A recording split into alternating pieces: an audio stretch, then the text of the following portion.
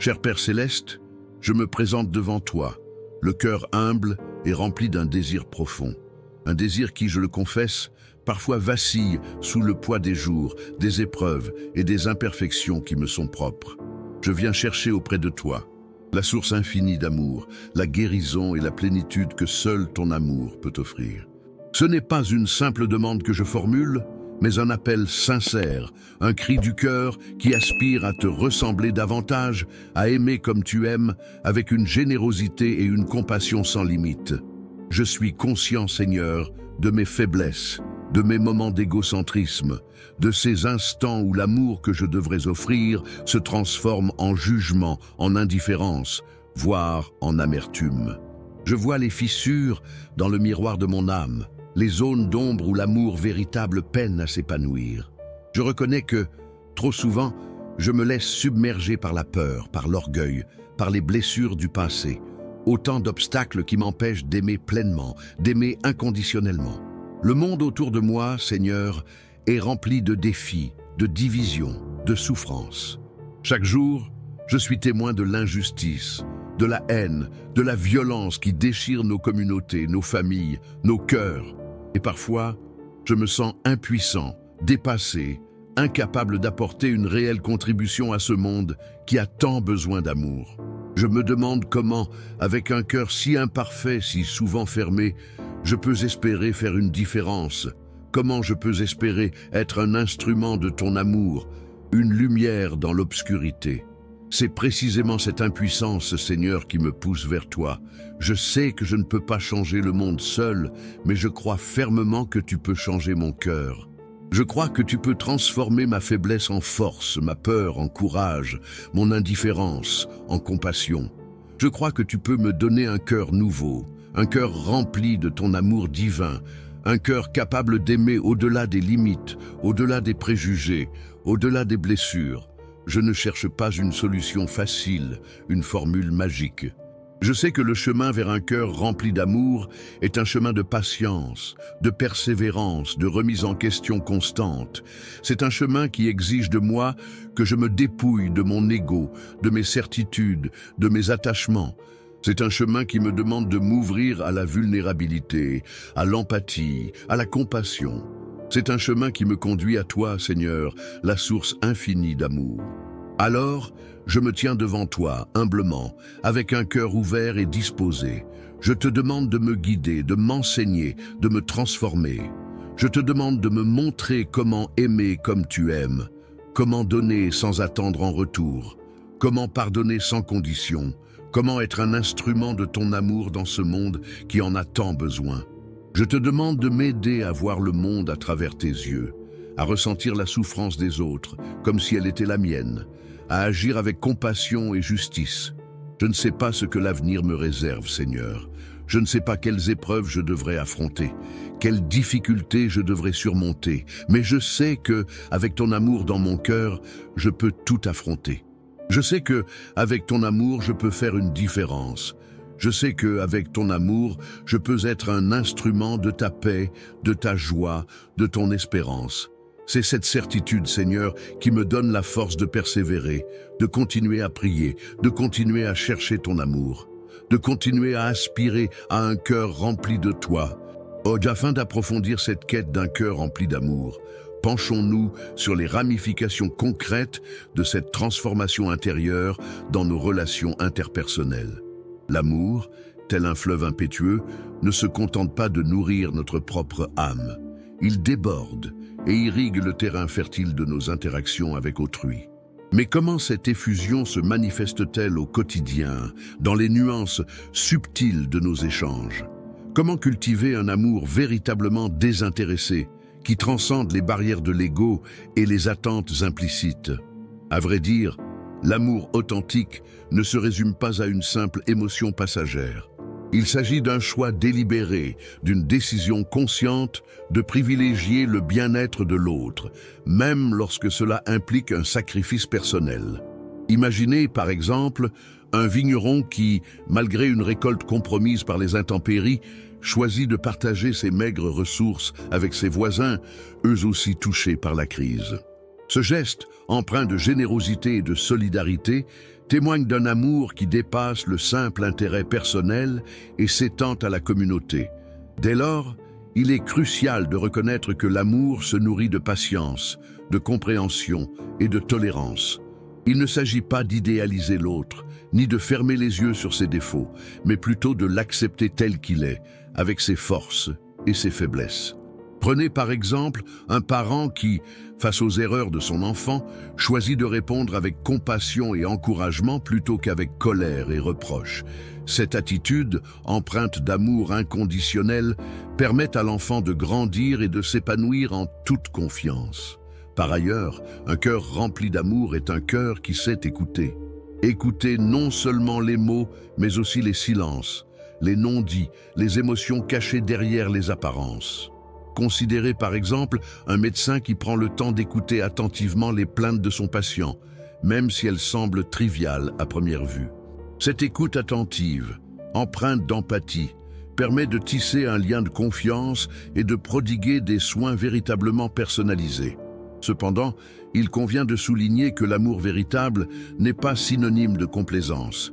Il ne s'agit pas de cautionner les comportements destructeurs ou de se laisser manipuler par les autres. Au contraire, l'amour authentique exige parfois de poser des limites claires, de dire non, de prendre des décisions difficiles, même si elles sont impopulaires. Pensez, par exemple, à un ami qui, voyant son compagnon sombrer dans l'addiction, choisit de lui dire la vérité, même si cela risque de le blesser. Ce geste, empreint de courage et de lucidité, témoigne d'un amour qui se soucie du bien-être à long terme de l'autre. De surcroît, l'amour se manifeste dans les petits gestes du quotidien, dans les attentions délicates, dans les paroles encourageantes. Il ne s'agit pas de réaliser des exploits héroïques, mais plutôt de cultiver une présence aimante et bienveillante auprès de ceux qui nous entourent. Imaginez par exemple un collègue qui offre un café à son voisin de bureau, simplement pour lui remonter le moral lors d'une journée difficile. Ce simple geste, empreint de gentillesse et de considération, peut faire une grande différence. En vérité, l'amour est un art qui s'apprend et se cultive tout au long de la vie. Il exige de nous une remise en question constante, une ouverture d'esprit, une volonté de grandir et de nous améliorer. Mais surtout, il exige de nous une confiance inébranlable en la puissance de l'amour divin, qui peut transformer nos cœurs et illuminer nos vies.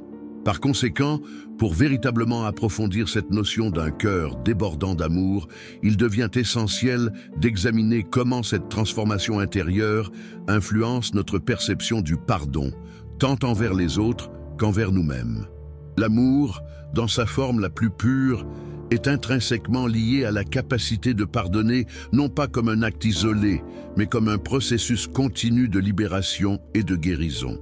Mais comment cultiver cette aptitude au pardon, en particulier lorsque les blessures sont profondes et les offenses semblent impardonnables?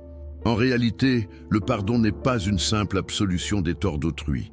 C'est avant tout un acte de libération personnelle, une décision de ne plus se laisser emprisonner par la rancœur et la colère. Considérez par exemple un artiste dont l'œuvre a été injustement critiquée et dénigrée par un influent critique. Choisir de pardonner à ce critique ne signifie pas approuver ses propos, mais plutôt refuser de laisser cette amertume empoisonner sa créativité et son inspiration. C'est un acte de résilience, une affirmation de sa propre valeur et de sa capacité à surmonter l'adversité. D'ailleurs, il est crucial de distinguer le pardon de la réconciliation. Le pardon est un processus intérieur qui peut se produire même en l'absence de réconciliation avec l'offenseur. La réconciliation, quant à elle, implique une volonté mutuelle de rétablir une relation brisée. Imaginez par exemple une victime de violence conjugale qui choisit de pardonner à son agresseur, non pas pour justifier ses actes, mais pour se libérer du cycle de la haine et de la vengeance. Cette démarche de pardon peut être essentielle à sa guérison, même si la réconciliation n'est pas possible ou souhaitable. En outre, le pardon envers soi-même est tout aussi important que le pardon envers les autres. Nous sommes tous sujets à l'erreur, Et il est essentiel de se pardonner nos propres manquements et imperfections pour pouvoir avancer et grandir. Pensez par exemple à un entrepreneur qui a connu un échec commercial retentissant. Se pardonner cet échec ne signifie pas ignorer ses erreurs, mais plutôt les accepter comme une occasion d'apprentissage et de développement personnel. C'est un acte de compassion envers soi-même, une reconnaissance de sa propre humanité et de sa capacité à rebondir. Cela dit, il est important de souligner que le pardon n'est pas un acte facile. Il exige du courage, de la patience et de la persévérance. Il peut être nécessaire de passer par différentes étapes, telles que la reconnaissance de la douleur, l'expression de la colère, l'acceptation de la perte et la libération de la rancœur. Cependant, le pardon est un chemin vers la guérison et la liberté, un chemin qui nous permet de nous reconnecter à notre propre cœur et à l'amour divin. En vérité, le pardon est un don que nous nous faisons à nous-mêmes, un cadeau qui nous libère du poids du passé et nous ouvre à un avenir d'amour et de compassion. Maintenant, réfléchissez à la façon dont cela s'applique lorsque vous êtes confronté à une trahison, à une injustice ou à une blessure profonde. Comment pouvez-vous cultiver le pardon dans ces situations difficiles? Comment pouvez-vous transformer la douleur en une source de force et de croissance personnelle?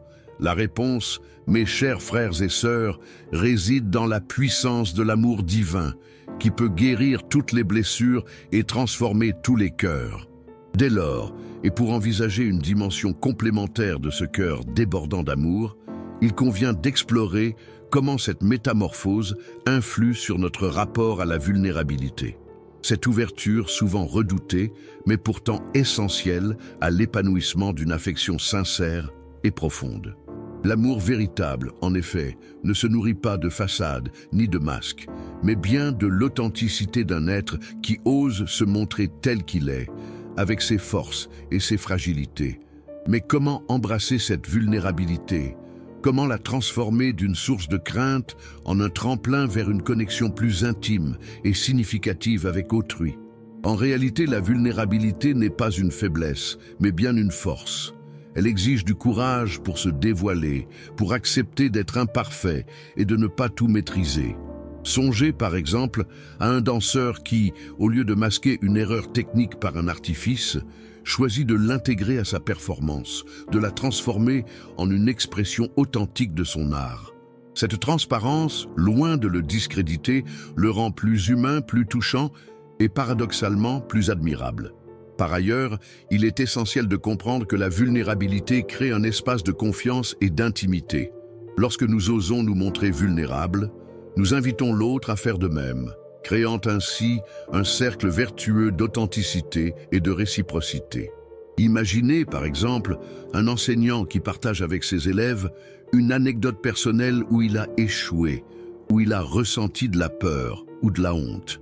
Ce partage, empreint d'humilité et de sincérité, permet de briser les barrières hiérarchiques et de créer un climat de confiance propice à l'apprentissage. Cela dit, il importe de souligner que la vulnérabilité doit être exercée avec discernement. Il ne s'agit pas de se livrer sans filtre à n'importe qui, mais bien de choisir avec soin les personnes à qui nous souhaitons nous confier. Réfléchissez, par exemple, à un jardinier qui prend soin de ses jeunes pousses, les protégeant des intempéries et des prédateurs. De même, il est essentiel de protéger notre vulnérabilité, de la cultiver dans un environnement sûr et bienveillant. Cependant, il est indéniable que l'amour véritable se nourrit de cette capacité à se montrer authentique, à partager nos joies et nos peines, nos espoirs et nos craintes. C'est dans cet échange, dans cette communion d'âme, que l'amour peut s'épanouir pleinement, transcendant les barrières de l'ego et les limitations de la condition humaine. Or, imaginez à présent l'impact d'une société où la vulnérabilité serait non seulement acceptée, mais valorisée. Comment nos relations interpersonnelles seraient-elles transformées? Comment nos communautés seraient-elles renforcées?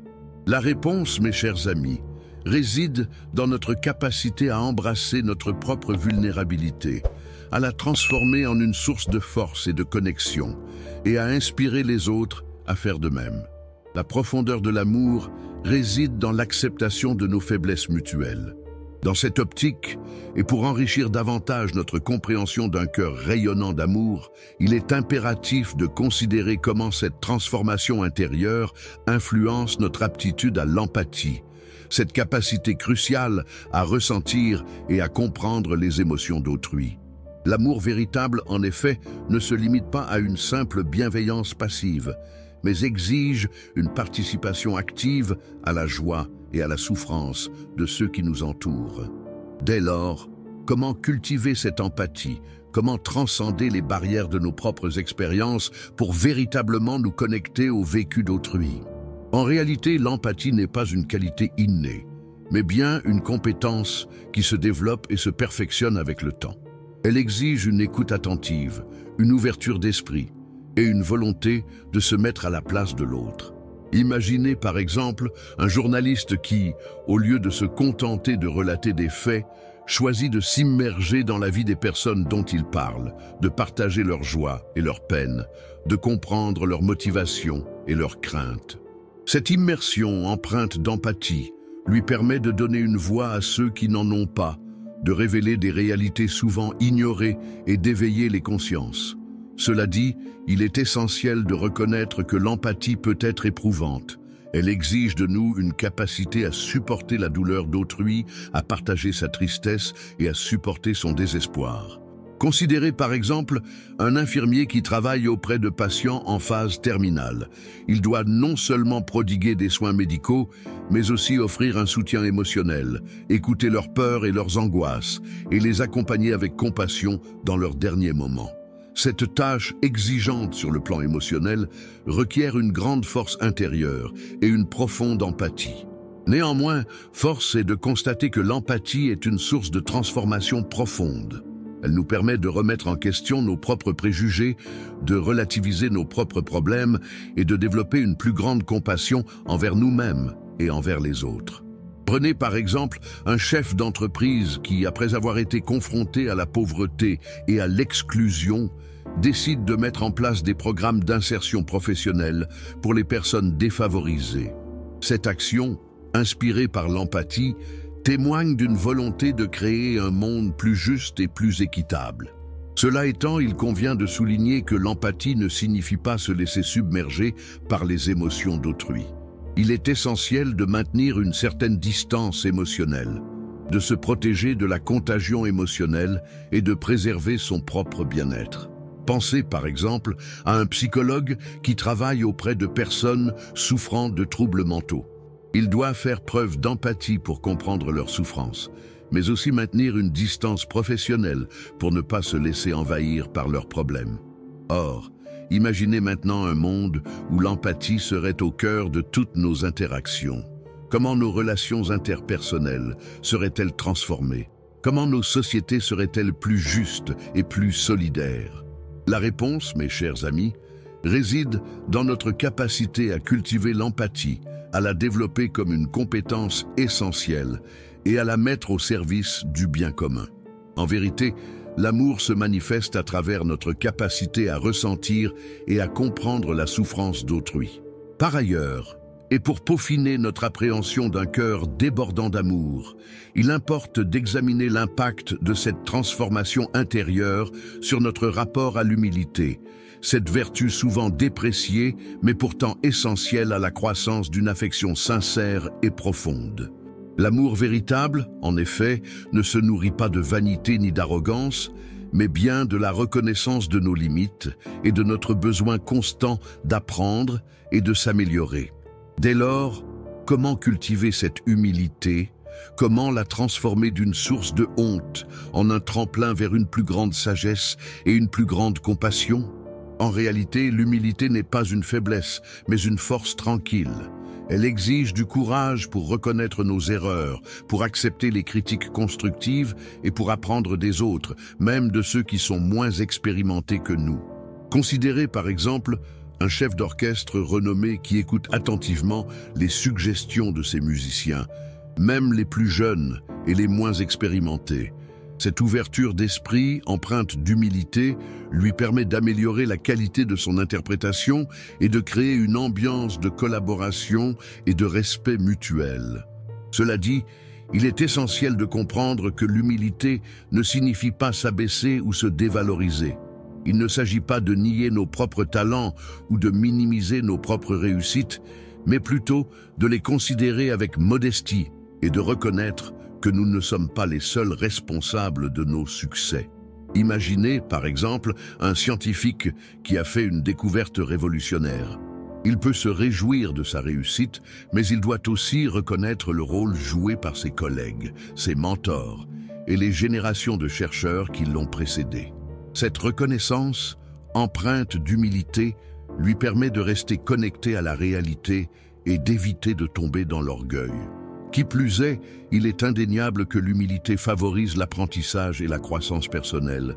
En reconnaissant nos limites, nous nous ouvrons à de nouvelles perspectives. Nous sommes plus réceptifs aux critiques constructives et nous sommes plus disposés à apprendre des autres. Pensez par exemple à un artisan qui accepte de suivre un stage de perfectionnement auprès d'un maître artisan. Cette démarche, empreinte d'humilité, lui permet d'acquérir de nouvelles compétences et d'améliorer la qualité de son travail. De surcroît, il importe de souligner que l'humilité est une qualité contagieuse. En faisant preuve d'humilité, nous encourageons les autres à faire de même, créant ainsi un climat de confiance et de respect mutuel. Ainsi, un leader qui reconnaît ses erreurs et qui s'excuse sincèrement auprès de ses collaborateurs inspire le respect et la loyauté. Ce comportement, empreint d'humilité, renforce la cohésion de l'équipe et favorise la collaboration. Dès lors, imaginez un monde où l'humilité serait valorisée au même titre que le succès et la richesse. Comment nos relations interpersonnelles seraient-elles transformées? Comment nos sociétés seraient-elles plus justes et plus harmonieuses? La réponse, mes chers amis, réside dans notre capacité à cultiver l'humilité, à la développer comme une qualité essentielle et à la mettre au service du bien commun. En vérité, l'amour s'exprime à travers notre capacité à reconnaître notre propre imperfection et à apprendre des autres. À présent, considérez comment ceci s'applique lorsque vous êtes confronté à l'échec, à la critique ou à la tentation de l'orgueil. Comment pouvez-vous cultiver l'humilité dans ces situations difficiles et l'utiliser pour renforcer votre amour envers les autres et envers vous-même? Or donc, après avoir exploré ces méandres de l'âme, ces facettes multiples de l'amour en action, il convient de laisser ces réflexions infuser, de les laisser se fondre en une compréhension plus profonde. L'amour, tel un vitrail complexe, révèle sa beauté véritable, non pas dans ses fragments isolés, mais dans l'harmonie de l'ensemble, dans la manière dont la lumière traverse chaque pièce pour irradier l'espace. Ce n'est point en additionnant des vertus que l'on parvient à un cœur aimant, mais bien en permettant à ces qualités de s'entrelacer, de se renforcer mutuellement, créant une synergie qui transcende leur individualité. En réalité, le chemin parcouru jusqu'ici ne se résume pas à une simple énumération de préceptes. Il s'agit plutôt d'une invitation à une transformation intérieure, à une alchimie spirituelle où nos faiblesses se muent en force, où nos blessures se cicatrisent en sagesse. L'amour, tel un jardinier patient, requiert un travail constant, un désherbage minutieux et une attention particulière aux besoins de chaque plante. Il ne suffit point de semer les graines de la compassion et de l'empathie. Il faut encore les arroser de persévérance et les protéger des intempéries de l'égoïsme et de l'indifférence. Réfléchissons un instant à cette odyssée intérieure. Nous avons effleuré la délicate question du pardon, non pas comme un acte de faiblesse, mais comme une libération, un affranchissement des chaînes de la rancœur. Nous avons ensuite sondé les profondeurs de la vulnérabilité, découvrant qu'elle n'est point une faille à dissimuler, mais une porte ouverte vers une connexion authentique avec autrui. Puis, nous nous sommes plongés dans l'océan de l'empathie, apprenant à naviguer sur les vagues des émotions d'autrui, à ressentir leur joie et leur peine comme si elles étaient les nôtres. Enfin, nous avons escaladé les sommets de l'humilité, contemplant le monde avec une perspective nouvelle, débarrassé des illusions de l'orgueil et de la vanité. Dès lors, il est clair que ces différentes facettes de l'amour ne sont point des entités distinctes, mais des composantes d'un tout harmonieux, d'une symphonie spirituelle, où chaque instrument joue un rôle essentiel. L'amour, tel un chef d'orchestre invisible, coordonne ces différentes voix, les harmonise et les fait résonner à l'unisson, créant une mélodie qui enchante l'âme et élève l'esprit. Ce n'est point en se concentrant sur une seule note que l'on parvient à la perfection musicale, mais bien en écoutant attentivement toutes les voix et en les intégrant dans un ensemble cohérent. À présent, chers lecteurs, alors que nous approchons du terme de cette exploration, il est temps de laisser ces idées se cristalliser, de les laisser prendre forme dans notre conscience. Le chemin parcouru jusqu'ici n'est point une fin en soi, mais un point de départ, une invitation à poursuivre notre quête d'un cœur aimant, à cultiver ses vertus au quotidien et à les incarner dans nos actions et nos paroles. Préparez-vous donc à accueillir la conclusion, non pas comme une simple récapitulation, mais comme un appel à l'action, une invitation à transformer notre monde par la puissance de l'amour. Ainsi donc, au terme de cette pérégrination spirituelle, il nous incombe de contempler le tableau d'ensemble, de saisir l'essence profonde qui se dégage de ces explorations intérieures. L'amour, ce n'est point une destination à atteindre, un sommet à conquérir, mais plutôt un chemin à parcourir, un jardin à cultiver sans relâche. Il ne s'agit point d'une formule magique à réciter, mais d'une symphonie intérieure à orchestrer, où chaque vertu, chaque émotion, chaque imperfection trouve sa place et contribue à l'harmonie de l'ensemble. L'amour véritable, celui qui transforme les cœurs et illumine les âmes, ne se mesure point à l'aune de la perfection, mais à celle de l'authenticité. Il ne s'agit point de masquer nos faiblesses, de dissimuler nos blessures, mais plutôt de les accepter comme des marques de notre humanité, comme des témoignages de notre capacité à surmonter les épreuves et à grandir dans l'adversité.